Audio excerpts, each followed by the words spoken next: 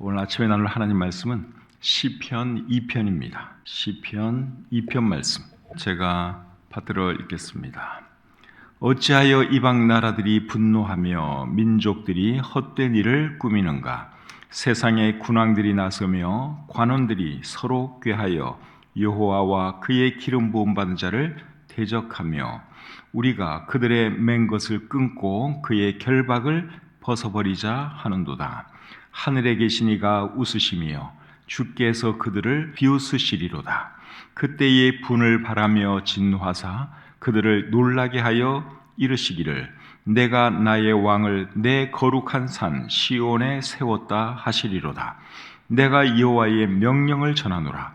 여호와께서 내게 이르시되 너는 내 아들이라. 오늘 내가 너를 낳았도다. 내게 구하라. 내가 이방 나라를 내 유업으로 주리니 내 소유가 땅 끝까지 이르리로다. 내가 철장으로 그들을 깨트리며 질그릇같이 부수리라 하시도다. 그런즉 군왕들아 너희는 지혜를 얻으며 세상의 재판관들아 너희는 교훈을 받을지어다. 여호와를 경외함으로 섬기고 떨며 즐거워할지어다. 그의 아들에게 입맞추라. 그렇지 아니하면 진노하심으로 너희가 길에서 망하리니 그의 진노가 급하심이라. 여호와께 피하는 모든 사람은 다 복이 있도다. 아멘. 오늘은 시편 2편 말씀을 본문으로 해서 너는 내 아들이라 이런 제목으로 말씀 전하기를 원합니다. 예수님 믿는 사람들 중에 시편 1편 말씀을 모르는 사람은 거의 없습니다. 시편 1편 말씀은 굉장히 유명한 말씀이죠.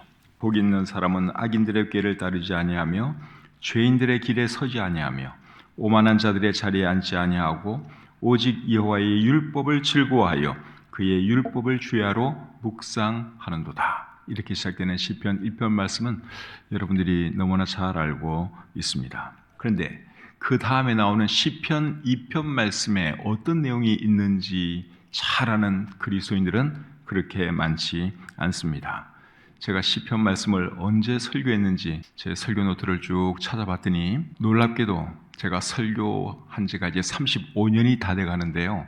35년 동안 시편 2편 말씀을 한 번도 설교를 안 했습니다. 정말 놀라운 일이죠. 시편 1편은 여러 번 했어요.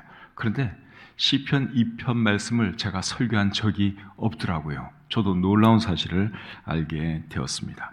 그런데 이 시편 2편 말씀은 사실 굉장히 중요한 말씀이에요. 그것을 어떻게 알 수 있는가 하면 시편 2편에 있는 말씀은 신약 성경에서 굉장히 많이 인용되고 있기 때문에 그렇습니다.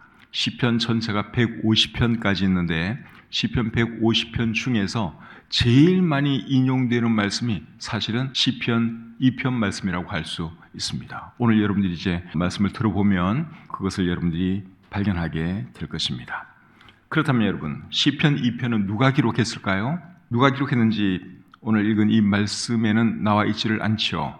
그런데 사도행전 4장 25절과 26절을 보시면 다윗이 기록한 것을 알 수 있습니다. 사도행전 4장 25절, 26절 말씀을 제가 한번 읽어드리겠습니다. 또 주의 종 우리 조상 다윗의 입을 통하여 성령으로 말씀하시기를 어찌하여 열방이 분노하며 족속들이 허사를 경영하였는고 세상의 군왕들이 나서며 관리들이 함께 모여 주와 그리스도를 대적하도다 하신 이로소이다. 방금 읽은 이 말씀은 시편 2편 1절과 2절을 인용한 말씀이에요. 그런데 시편 2편 1절과 2절을 인용하면서 누구의 입을 통하여 하신 말씀이라고 말합니까? 다윗의 입을 통하여. 다윗의 입을 통하여 이 말씀을 하셨다. 그러면서 시편 2편 1절과 2절을 인용하고 있습니다. 이런 것을 볼 때 시편 2편은 다윗이 기록한 글이다 하는 것을 우리가 알 수 있죠. 그럼 이제 이 본문에 어떤 내용이 기록되어 있는지 살펴보도록 하겠습니다. 1절부터 3절까지 말씀 제가 다시 한번 읽겠습니다. 어찌하여 이방 나라들이 분노하며 민족들이 헛된 일을 꾸미는가?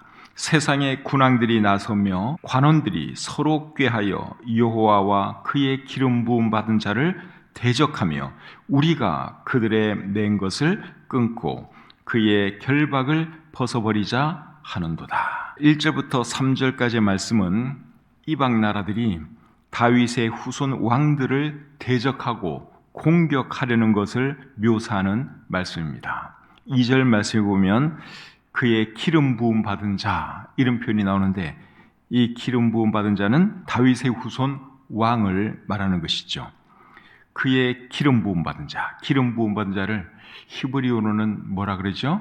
메시아라 그럽니다. 마샤, 기름 부음 받은 자 그 말인데 히브리 성경에는 그렇게 되어 있습니다. 다윗의 후손 중에서 만왕의 왕, 진짜 메시아가 나오는데 그분이 누구시죠? 예수님이시죠. 그래서 1절부터 3절까지의 말씀은 다윗의 후손 왕들을 이방 나라들이 대적하고 공격하려는 것을 묘사하면서 동시에 장차 오실 메시아를 사람들이 대적하는 것을 묘사하는 말씀입니다. 사도행전 4장 25절부터 28절까지 말씀을 제가 한번 읽어드리겠습니다. 또 주의 종 우리 조상 다윗의 입을 통하여 성령으로 말씀하시기를 어찌하여 열방이 분노하며 족속들이 허사를 경영하였는고 세상의 군왕들이 나서며 관리들이 함께 모여 주와 그의 그리스도를 대적하도다 하신 이로소이다.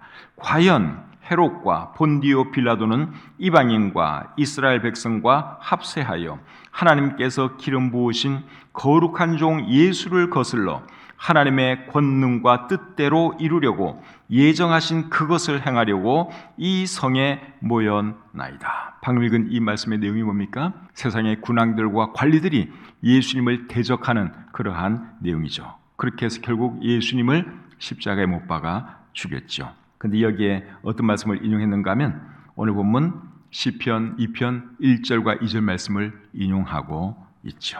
자, 4절 말씀으로 가겠습니다. 본문 4절입니다. 하늘에 계신 이가 웃으시며 주께서 그들을 비웃으시리로다. 세상의 군왕들과 관리들이 하나님과 그의 기름 부음 받은 자를 대적하지만 하나님은 비웃는다고 말씀하고 있습니다. 세상의 군왕들과 관원들이 예수님을 십자가에 못 박아 죽였을 때 하나님은 그들을 어떻게 비웃으셨습니까? 예수님을 다시 살리심으로 그들을 비웃으셨지요. 5절 6절 말씀을 계속 보겠습니다. 5절 6절입니다. 그때에 분을 바라며 진노하사 그들을 놀라게 하여 이르시기를 내가 나의 왕을 내 거룩한 산 시온에 세웠다 하시리로다. 이 말씀은 언제 이루어질 말씀일까요? 예수님께서 다시 오실 때 이루어질 말씀입니다. 예수님께서 다시 오실 때 예수님을 대적한 사람들은 예수님이 만왕의 왕 메시아인 것을 알고 깜짝 놀라게 될 것입니다. 5절 말씀이 그것을 말씀하고 있죠. 그때에 분을 발하며 진노하사 그들을 놀라게 하여, 그들을 놀라게 한다고 말씀을 하고 있죠. 그리고 여기 보니까 분을 발하며 진노하실 것이다 그렇게 말씀을 하고 있는데 이것은 예수님께서 만왕의 왕으로 오셔서 세상의 군왕들을 심판하시는 그것을 말씀하는 내용입니다. 거기에 대해서는 요한계시록 19장에 자세하게 기록이 되어 있지요. 예수님께서 재림하시면 이 땅에서 1000년 동안 다스리시게 되는데 6절 말씀이 그것을 말하고 있습니다. 6절 말씀을 제가 다시 한번 읽겠습니다. 내가 나의 왕을 내 거룩한 산 시온에 세웠다 하시리로다.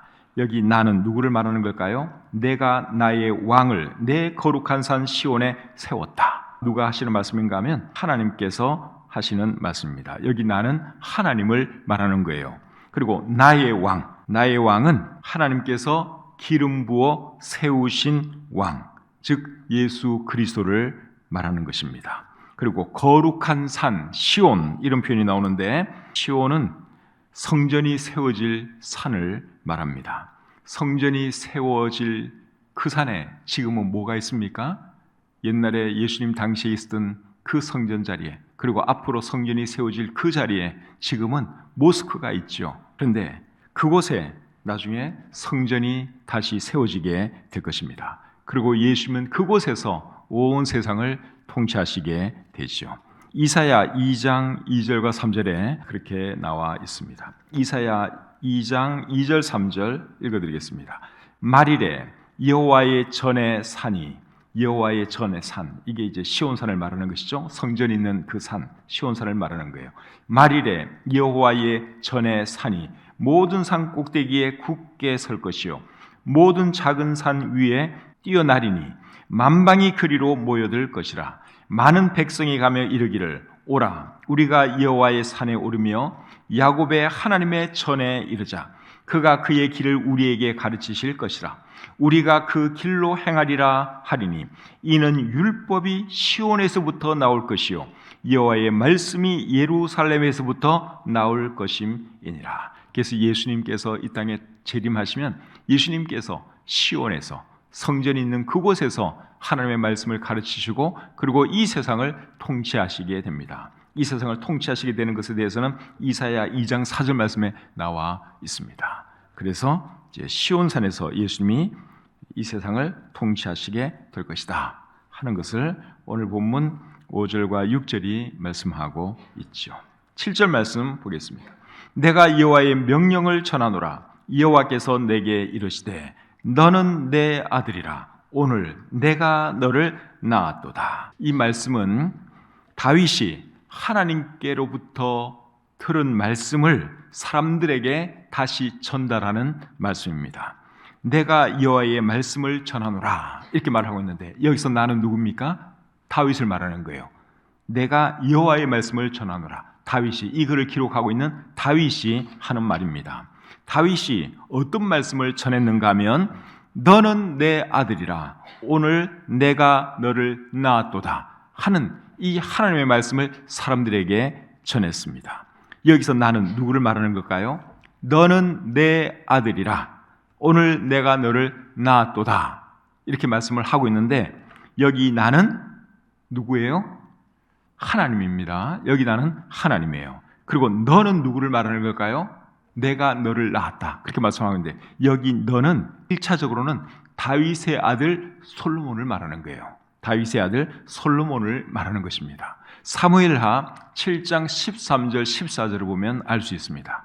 자, 사무엘하 7장 13절 14절 제가 한번 읽어드리겠습니다. 그는 내 이름을 위하여 집을 건축할 것이요 나는 그의 나라 왕위를 영원히 견고하게 하리라. 나는 그의 아버지가 되고 그는 내게 아들이 되리니. 하나님께서 다윗에게 하신 말씀인데 방금 읽은 이 말씀은 누구에 대해서 지금 말씀하고 있어요? 다윗의 아들 솔로몬에 대해서 말씀을 하고 있죠. 13절을 다시 보겠습니다. 그는 내 이름을 위하여 집을 건축할 것이요. 솔로몬에 대한 말씀이잖아요. 나는 그의 나라 왕위를 영원히 견고하게 하리라. 나는 그에게 아버지가 되고 그는 내게 아들이 되리니. 그래서 오늘 보면 7절 말씀 너는 내 아들이라. 오늘 내가 너를 낳았도다 하는 이 하나님의 말씀은 하나님께서 누구에 대해서 하신 말씀인가 하면 다윗의 아들 솔로몬에 대해서 하신 말씀이에요. 근데 이 말씀이 최종적으로는 또 누구에 대한 말씀입니까? 예수 그리스도에 대한 말씀이죠. 예수님을 통해서 이제 이 말씀이 최종적으로 이루어지게 됩니다. 사무엘하 7장 15절 16절 계속 보겠습니다. 내가 내 앞에서 물러나게 한 사울에게서 내 은총을 빼앗은 것처럼 그에게서 빼앗지는 아니하리라. 여기 그는 누구를 말합니까? 솔로몬 왕을 말하는 거죠. 네 아들 솔로몬을 말하는 거예요. 15절 다시 읽어보겠습니다. 내가 하나님이에요. 네 앞에서 물러나게 한 사울에게서 내 은총을 빼앗은 것처럼 그에게서 빼앗지는 아니하리라. 네 아들 솔로몬에게서는 빼앗지 아니하리라. 그 말씀이에요. 그 다음에 16절 네 집과 내 나라가 내 앞에서 영원히 보존되고 내 왕위가 영원히 견고하리라. 이 말씀은 결국 누구를 통해서 이루어집니까? 예수님을 통해서 이루어지지요. 그래서 7절 말씀은 결국 누구에 대한 말씀인가 하면 최종적으로는 예수님에 대한 말씀이다 하는 것을 우리가 알 수 있습니다. 1차적으로는 솔로몬에 대한 말씀을 하면서 멀게는 결국은 이 아들은 예수님을 말하는 것이죠. 그래서 사도행전 13장 3절에서는 7절 말씀을 예수님의 부활과 관련해서 인용하고 있습니다. 사도행전 13장 33절 제가 읽어보겠습니다. 곧 하나님이 예수를 일으키사 우리 자녀들에게 이 약속을 이루게 하셨다 함이라. 시편 둘째 편에 기록한 바와 같이 너는 내 아들이라 오늘 너를 낳았다 하셨고, 시편 2편 7절 이 말씀을 사도행전 13장 33절에서는 예수님의 부활과 관련해서 인용하고 있는 것을 여러분들이 보실 수 있습니다. 그리고 히브리서에서는 똑같은 이 말씀을 예수님의 우월성과 관련해서 인용하고 있습니다. 히브리서 1장 5절 말씀을 보겠습니다. 하나님께서 어느 때에 천사 중 누구에게 너는 내 아들이라 오늘 내가 너를 낳았다 하셨으며 또다시 나는 그에게 아버지가 되고 그는 내게 아들이 되리라 하셨느냐. 여기서는 똑같은 이 말씀을 예수님의 우월성에 대해서 말하면서 인용하고 있는 것을 우리가 볼 수 있죠. 히브리서 5장 5절도 이 말씀을 인용하고 있습니다. 또한 이와 같이 그리스도께서 대제사장 되심도 스스로 영광을 취하심이 아니요 오직 말씀하시니가 그에게 이르시되 너는 내 아들이니 내가 오늘 너를 낳았다 하셨고, 이번에도 역시 예수님이 대제사장이라고 하는 것을 강조하기 위해서 오늘 본문 7절 말씀을 인용하고 있죠. 자, 이제 8절과 9절 말씀으로 가겠습니다. 내게 구하라. 내가 이방 나라를 내 유업으로 주리니 내 소유가 땅 끝까지 이르리로다.